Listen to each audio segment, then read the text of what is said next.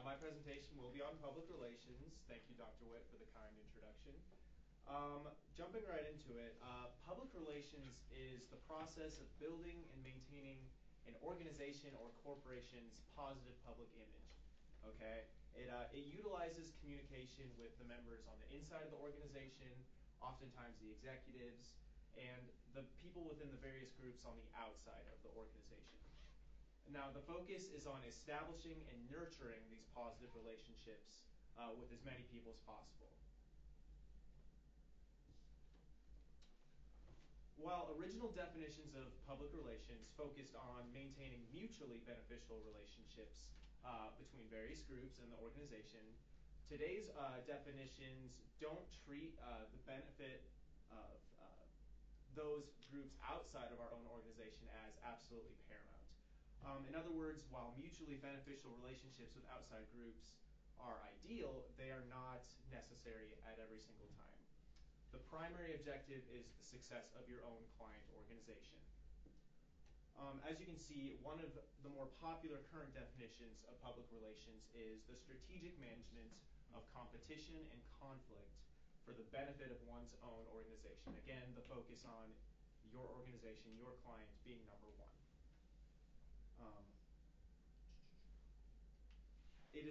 Public relations is a two-way process between the organization and the target audience, as both are constantly changing and accommodating, and you need to constantly adapt to both.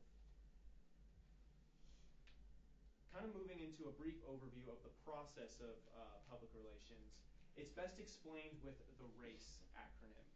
Okay, the first step in the RACE acronym would be to research, where the goal is just to identify the problem or situation your organization is facing. The second would be action, where you decide what's going to be done about that problem that you identified. And then you have communication, which is deciding how the public will be told the message that you want to give to them.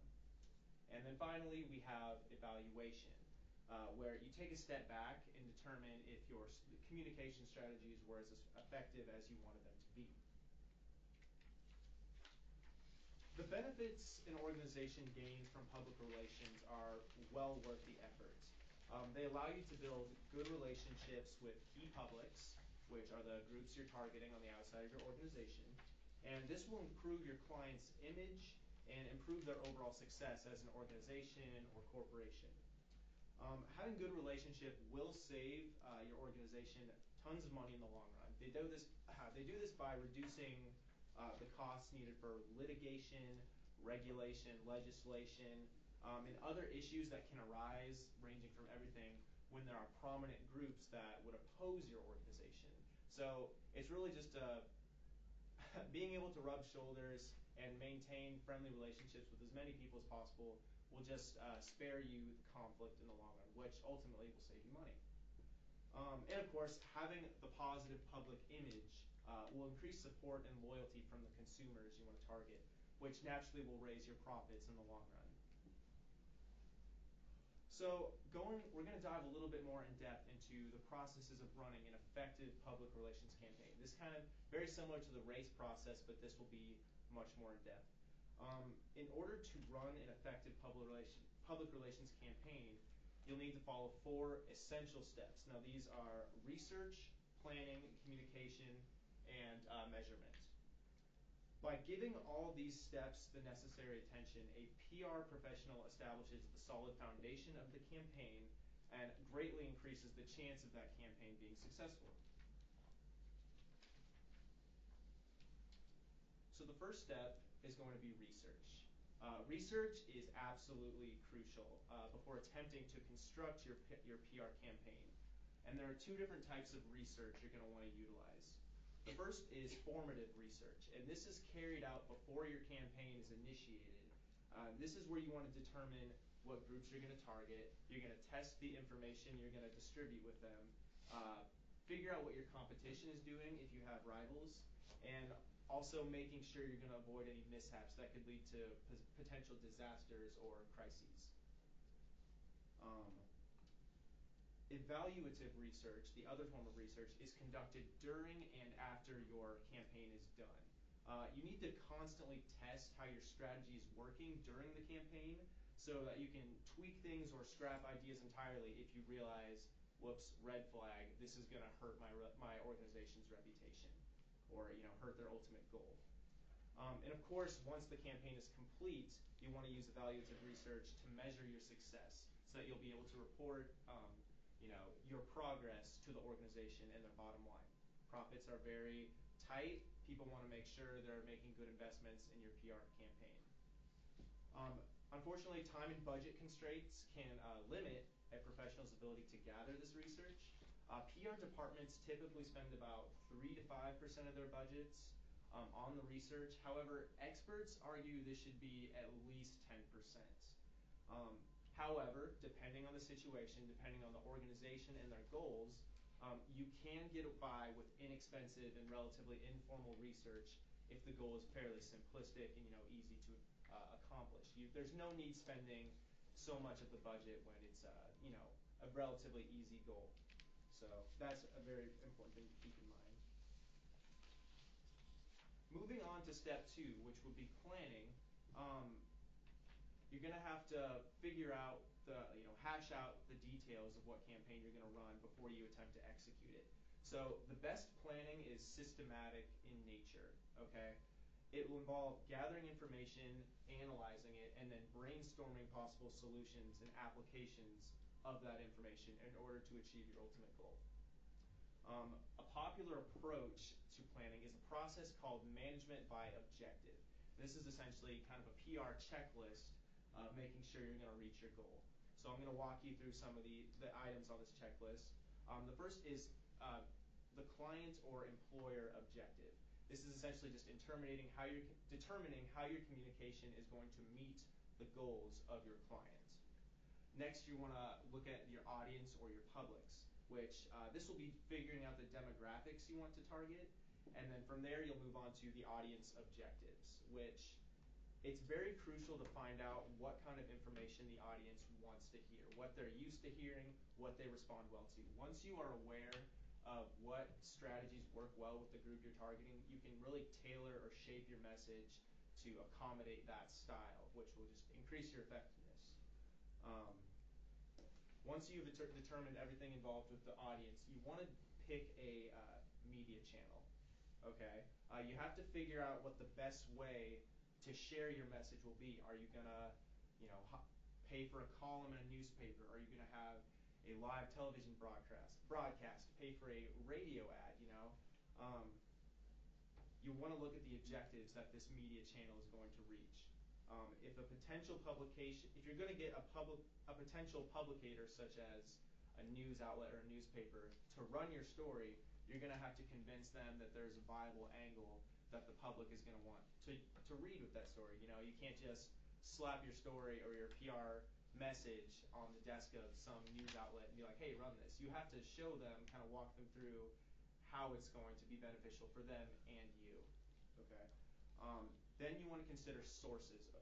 These are oftentimes spokespersons that companies will get to really relay their messages. We see this a lot when organizations will bring in celebrities or experts in the field, whether this be actual celebrities to target maybe teenagers, or an older audience, or experts possibly in the medical field to help sell a supplement of some sort. And then you want to rethink your communication strategies. You want to find a way to cleverly spin and express your message.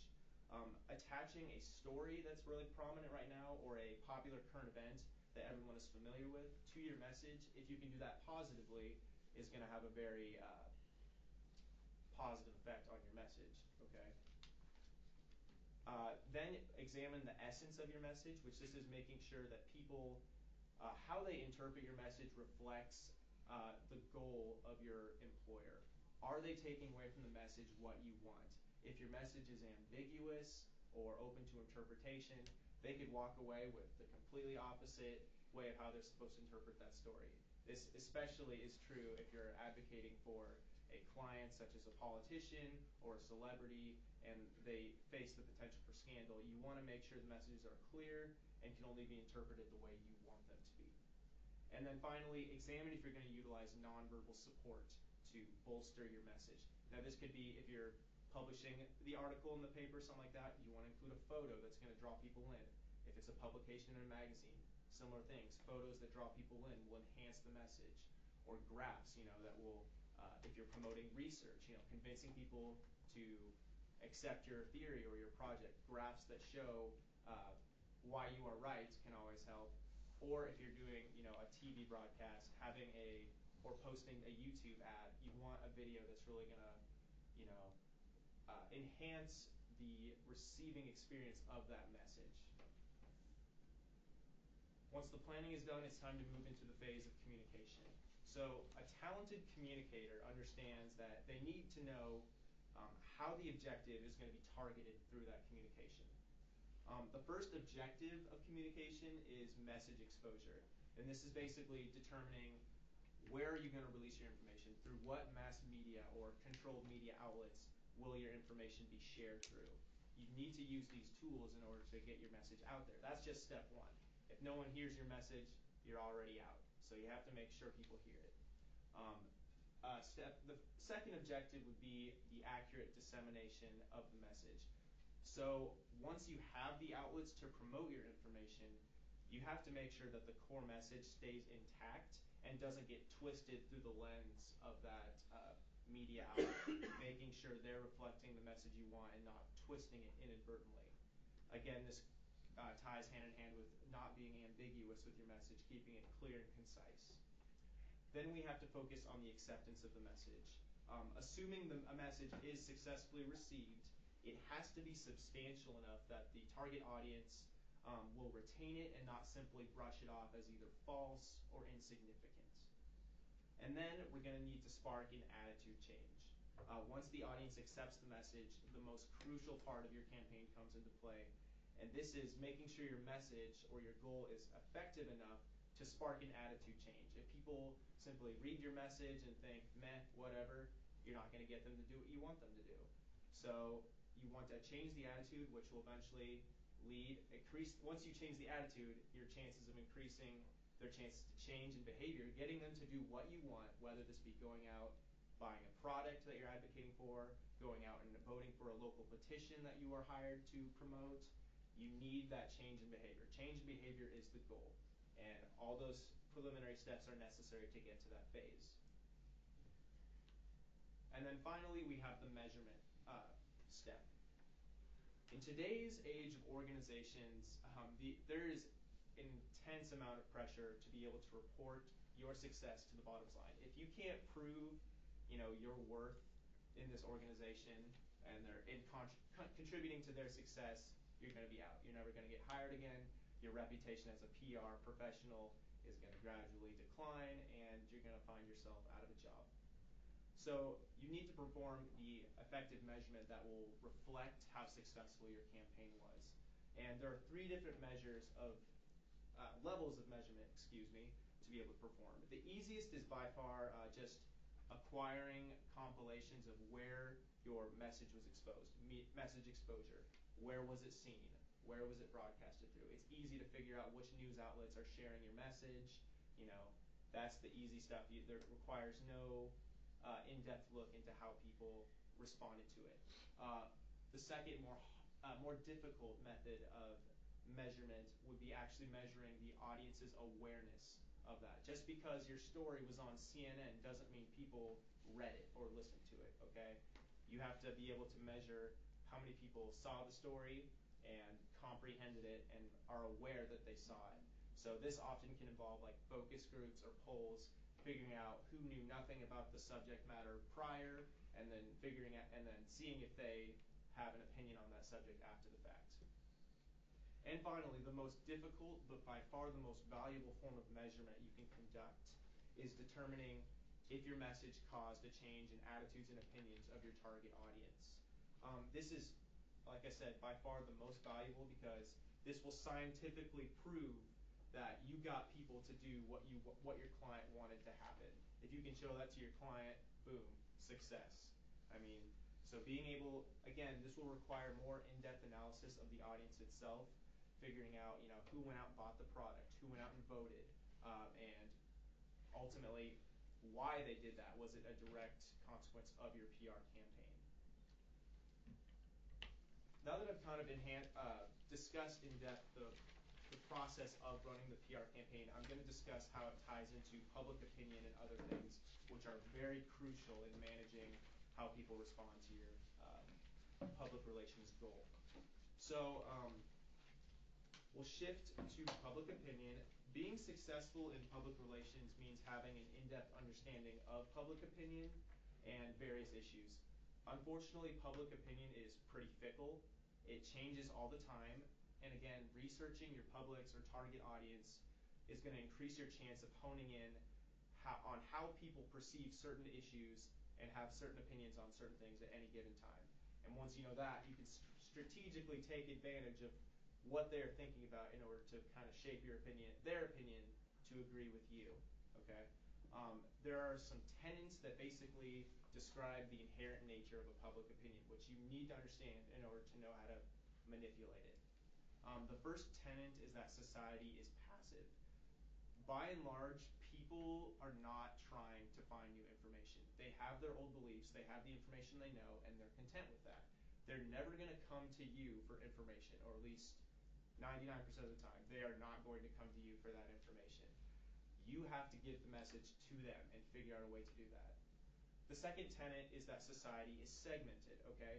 There are very few issues in society that an entire population will share the same opinion of. Certain messages, certain goals of a PR campaign will interest some groups and completely not faze others. So that's a reality of public opinion. And finally, society is divided. When an issue does interest multiple groups outside of your organization, it's very likely that it will result in conflict or competition between conflicting views of that message, of that idea, whatever it may be. Okay, so understanding public opinion, one of the best ways to shape public opinion to your goals is utilizing mass media. It is one of the fastest and most direct methods of getting a message to the public. The term mass media implies that information can be shared instantly and with enormous groups of people at one time. Because it can be so quickly shared, it's commonly one of the biggest factors in public opinion. So people only know what they see, and since mass media gets information out there right then and there, you can kind of shape what they're thinking about. Researchers do indicate that because of mass media's role in putting out information, public relations professionals have a huge influence on what society thinks about. They're pretty much the gatekeepers of information in our society. Now, examples of what a public relations professional can use mass media for would be possibly sharing a quote from the president's press conference, posting an article about a new cell phone that their client wants to start marketing, or it could be as simple as like uploading an interview that you had with an athlete after a major sporting event. It's estimated that about 50% of the information shared through mass media came from a public relations source in some way. That shows the gravity of influence that a PR professional has in getting the information out there, shaping public opinion, and ultimately shaping it to what they would like. There are several theories of the effects of mass communication on our society. One is that mass media sets the agenda for public discussion through agenda setting, okay? Basically, informations that public relations professionals share will determine what the public thinks about. Like I said, we're the gatekeepers of information. Of at least 50% of that information, we touched it in some way as PR professionals. We can determine what people see, but we can't immediately figure out how they're, determine how they're going to think about that. So that's where the other elements of the PR campaign comes in, as far as shaping your message to get people to think about it the way you want. And then the other theory of the effects of mass communication are framing. Now, this literally means that public relations professionals will frame or kind of tailor a story in order to have a subtle influence on how readers or the receivers of the message will interpret that information. Think about the articles that you often see, whether they be in the news, on Facebook, whatever. Are they usually just bullet lists of short and sweet facts that leave the interpretation up to you, or are they usually taken by an author and spun through a certain narrative and giving you a certain perspective on the facts? It's almost always the second time, okay? The second example. A very broad example of what I mean through like how media can frame a story. Look at the biggest news outlets today, like for example, CNN and Fox News. They can take the same story, but based on how they frame it, they can drastically affect, like for a different matter, how a story is interpreted by their audiences. This shows again how PR professionals can take the information and really spin it in the way they want. It's a possibility for almost any story.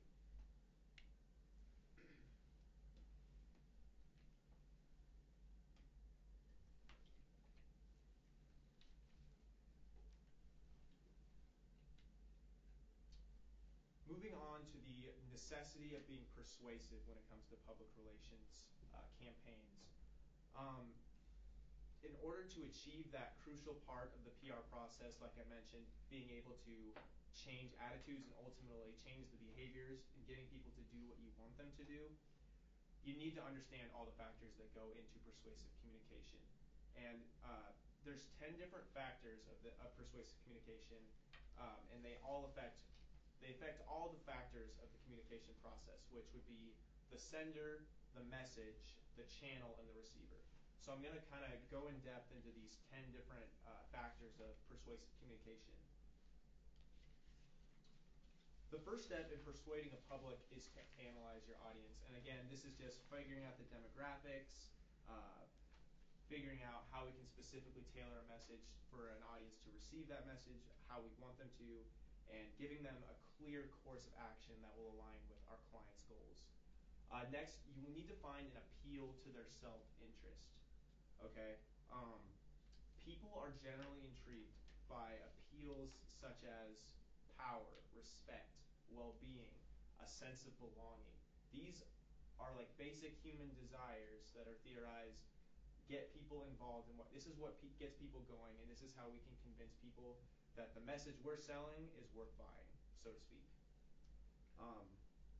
For example, if a public relations firm is contracted by a medical company, a pharmaceutical company, to market a new weight loss product, we're going to want to push that story in a way that appeals to a person's desire for well-being, confidence, healthiness, all these things.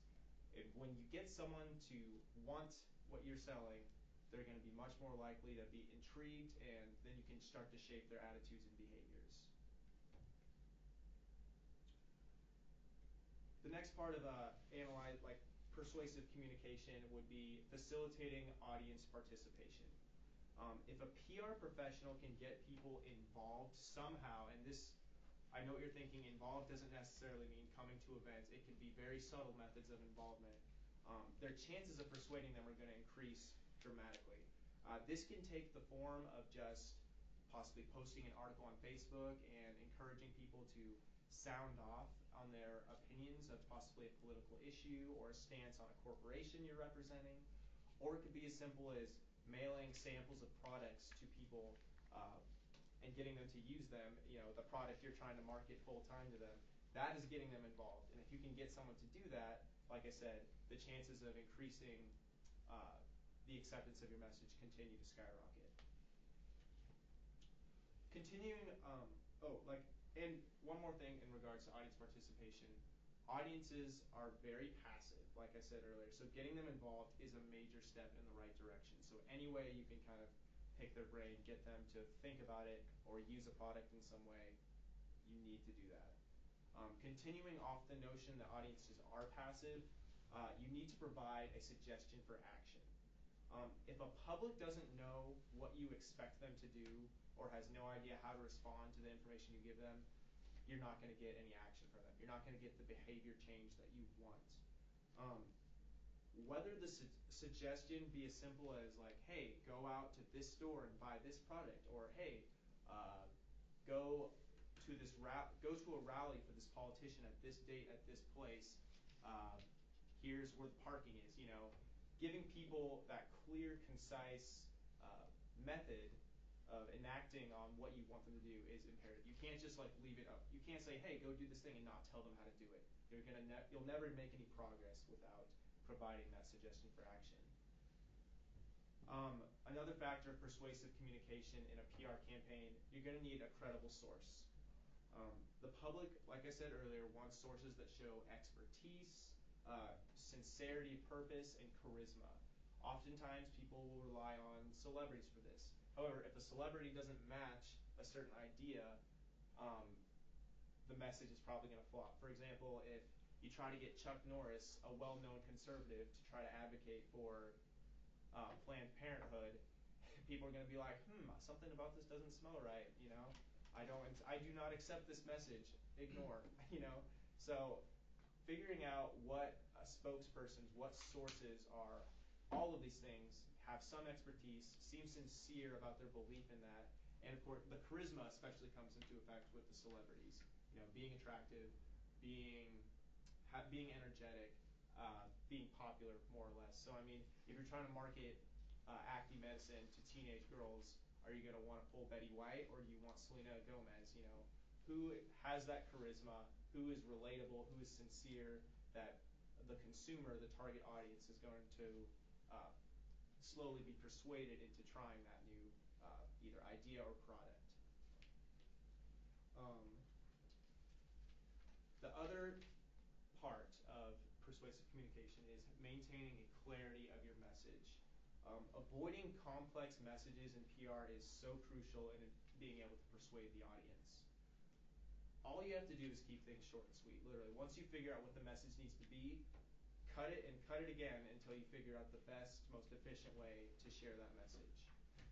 The two questions you need to ask yourself are, will the audience understand my message? And what do I want the audience to do with this message? Those two questions are plenty for forming the basis of what statement, what information you're going to put out there.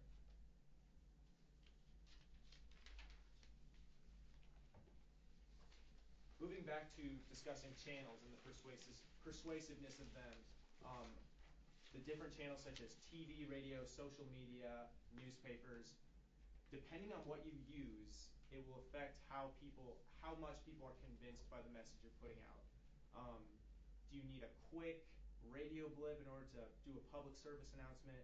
Do you need an interview in order to get your client, a celebrity's message out there?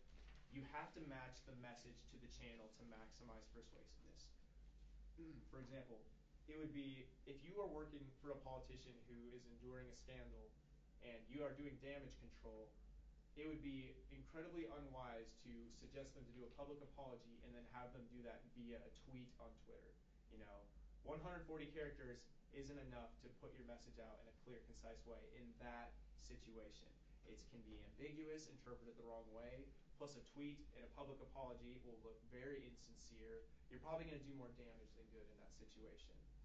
On the other hand, doing a public live news conference where questions can be asked, your client can show sincerity of purpose, that is going to have a way better chance of persuading your audience to be like, oh, okay, yeah, I forgive that guy. So stuff to keep in mind as far as using your channels to persuade an audience. And then the timing and context of your message is going to affect how persuasive the campaign is. I alluded to this earlier, but a skilled PR professional knows the best time to strike with their information. For example, if you are lobbying with, or you are contracted by a pro-gun control lobbyist organization to, advocate for more gun control legislation, your message is going to be more widely received and much more popular if that message comes out on the riding the coattails of possibly a major shooting, a horrific event.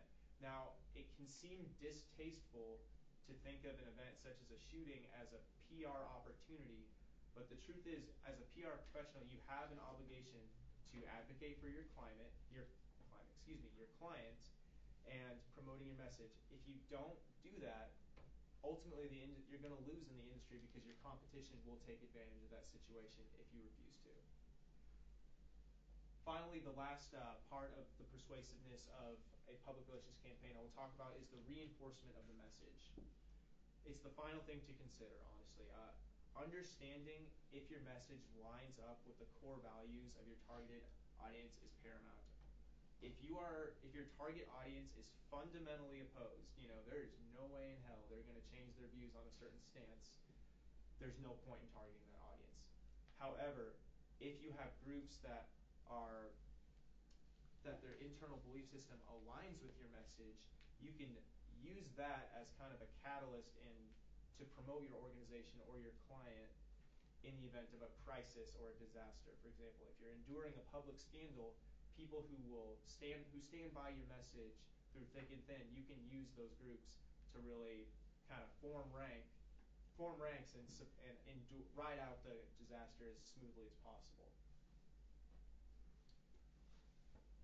Now that I've explored all the different factors that go into a public relations campaign, the best ways to sway public opinion to get people to do what you would like them to do, I would like to conclude this presentation with talking about the ethics involved in public relations.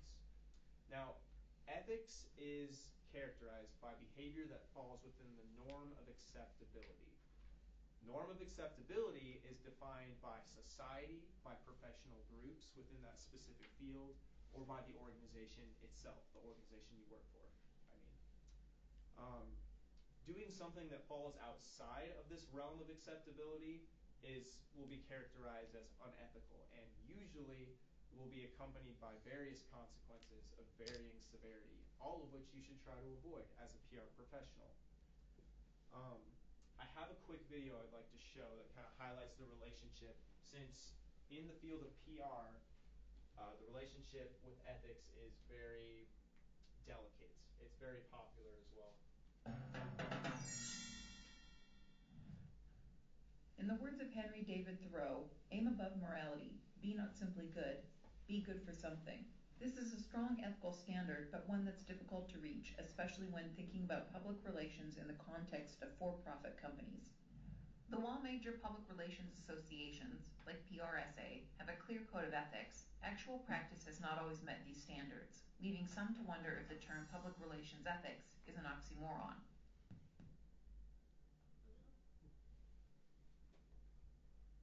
Industries devoted to controlling attitudes and opinions. Very specific, explicitly. It's called the public relations industry. You take a look at its founding, its documents, and so on. The goal is control attitudes and opinion. Chomsky has a strong opinion, but there's unfortunately much to support his perspective, as humorously illustrated in an episode of Absolute Power, a British TV program focusing on the exploits of a PR firm. No, we took the client. We're not about to ditch the client, suddenly because things have got a bit eggy. A bit eggy? Jocks, they're fucking Nazis. Well, think about it. That's the ultimate PR challenge, isn't it? Decades of terrible press. But what did they actually achieve? Oh, you mean apart from the slaughter of millions of Jews? Right, I can't believe I'm hearing this. You cannot spin the final solution. They gave us Gewürztraminer, Riefenstahl, the Autobahn, the Volkswagen, an iconic use of dark leathers, and they made the sausages run on time. You cannot spin the Holocaust. Well, 20 years ago, you couldn't pay people to have an Alsatian, devil dogs. But then rebrand them as German Shepherds. German, please note. Suddenly, bingo, they're top of the Poochie Pops. You don't have to buy the video, you can own it. See, all in a word. Poochie Pops. But above all, Martin, think of the money. This is clearly an outrageous fictional example, but part of what makes this clip so funny is the tiny kernel of truth. Professor Jim McNamara of the University of Technology in Sydney explains. Public relations did actually grow historically out of propaganda. So World War I, World War II, Nazi Germany, promoting cigarette smoking. It does have a reputational issue to live down. Ethical concerns are most commonly tied to the practice of corporate public relations. Speaking on behalf of the Chartered Institute of Public Relations, Dr. John White expands. A larger corporation will have the resources to be able to employ many public relations representatives to defend its interests. Against that, you would have to say that not-for-profit organizations, NGOs, pressure groups, are actually more credible than corporations when they use public relations practitioners and techniques. So they have an advantage of credibility. Does this mean those working in corporate PR are amoral sheep? Of course not, but it's especially important to keep ethics in mind. As a profession, PR is not alone in ethical struggles. In other professions as well, when you think about problems in the medical profession, the legal profession, each profession raises its own ethical issues. Though challenges remain, there's also forward ethical progress. Much of this comes in the form of corporate social responsibility. There's a lot of confusion between morality, ethics, things like corporate responsibility, and in very simple terms, they are quite different things, although they're closely interrelated. Morality, morals are our personal beliefs. Ethics are shared community standards that we agree to. Corporate responsibility is a way of behaving, drawing on ethics. And of course, issues like trust and reputation, they are the outcome. You have trust or a good reputation if you act ethically and you act responsibly. Corporate social